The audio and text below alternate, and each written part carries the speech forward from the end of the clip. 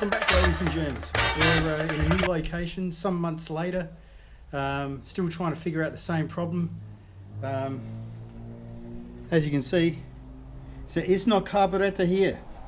The new All Thumbs Bums Super Shed has taken some sorting out. As you guess, I've changed locations. My lease was changed because the leaseholder's daughters wanted to move into the shed, into the house. All right. We've got a Nibby FL24 and we've got an assortment of jets.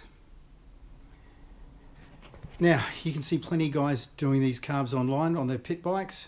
You don't need to watch me do it, but before I put it on I am going to check to see what's in it. Alright, stand by.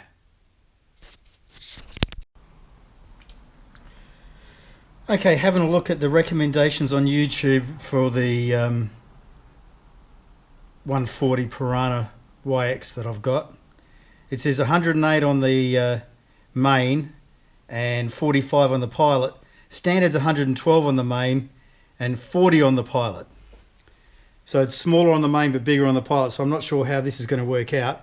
I did have to use one of the accessory jets to get that Pilot. These massive big jets are the Pilot jets, so it's different to any other carburetor I've ever seen. But in the pack that I got with the carburetor, I had the right size main. I'm about 2,500 feet above sea level here, so I think I'll,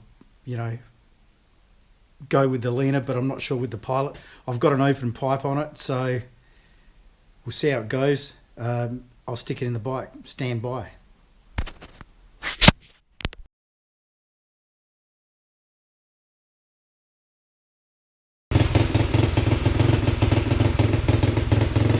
Well, as you can hear in the background, I've got a bit concentrated on doing the work on the bike. Got the Nibby on there.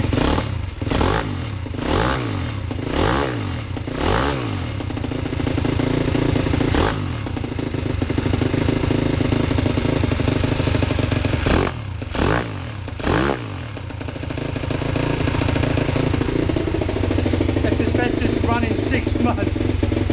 Might as well take it out for a spin and see how we go. But it was the carb. It did have low compression.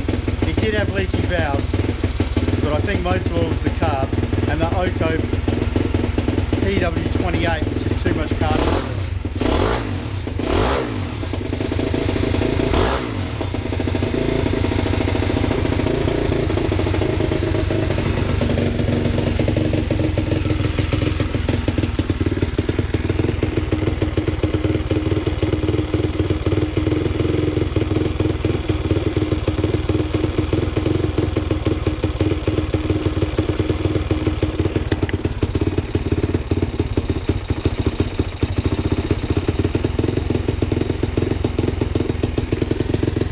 Four-stroking a little bit there.